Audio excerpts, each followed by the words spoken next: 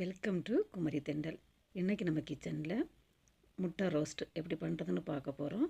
அதுக்கு நான் 4 முட்டை எடுத்துகிட்ருக்கிறேன். இது மூழ்கிற அளவுக்கு இதில் தண்ணி சேர்த்துக்கலாம்.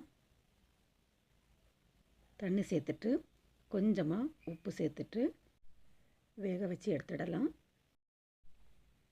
முட்டையை வேக வச்சு எடுத்ததுக்கப்புறமா ஒரு கடாயில் 1 ஸ்பூன் அளவுக்கு எண்ணெய் சேர்த்துக்கோங்க.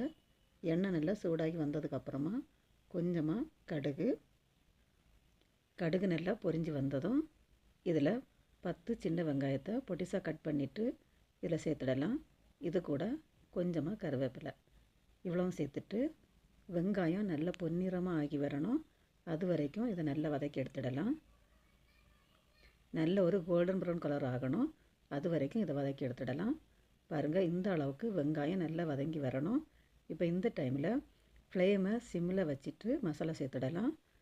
ஒரு 1/2 ஸ்பூன் அளவுக்கு மிளகாய்த்தூளும் 1/4 டீஸ்பூன் அளவுக்கு மஞ்சள் தூளும் சேர்த்துட்டு இந்த மசாலாவை 1 நிமிஷத்துக்கு மட்டும் நல்லா மிக்ஸ் பண்ணி எடுத்துக்கலாம். ஃப்ளேம் சிம்மிலே வச்சுக்கோங்க. இப்போ இந்த டைமில் நம்ம வேக வச்சு கட் பண்ணி எடுத்து வச்சிட்டு இருக்கிற முட்டையை இதில் சேர்த்துடலாம்.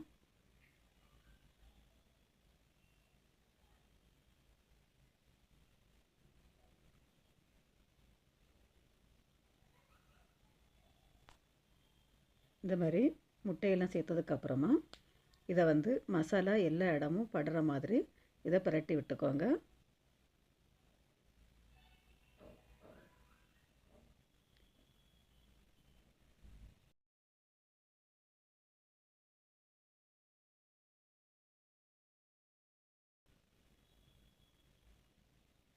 இந்த மாதிரி மசாலா 2 பக்கமும் படுற மாதிரி நல்லா மிக்ஸ் பண்ணி விட்டதுக்கப்புறமா இதுக்கு தேவையான அளவு உப்பை இதில் சேர்த்துட்டு திரும்பவும் இதை நல்லா மிக்ஸ் பண்ணி விட்டுக்கோங்க.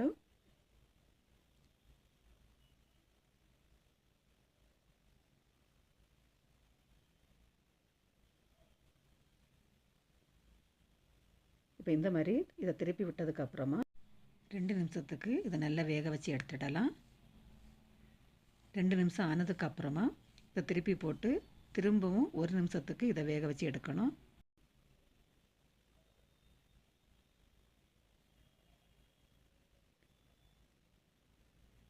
இப்போ ஒரு பக்கம் 2 நிமிஷம் வெந்ததுக்கு அப்புறமா நம்ம திருப்பி விட்டுக்கலாம்.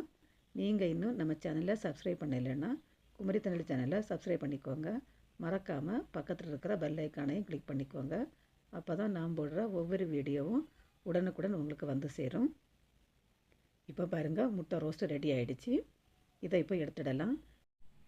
இது சாம்பார் சாதம், தயிர் சாதத்து கூட சாப்பிட்றதுக்கு ரொம்பவே அருமையாக இருக்கும். நீங்களும் இதே மாதிரி ட்ரை பண்ணி பார்த்து எப்படி இருந்துச்சுன்னு கமெண்டில் சொல்லுங்கள். மீண்டும் இன்னொரு ரெசிபியோடு உங்களை சந்திக்கிறேன். நன்றி, வணக்கம்.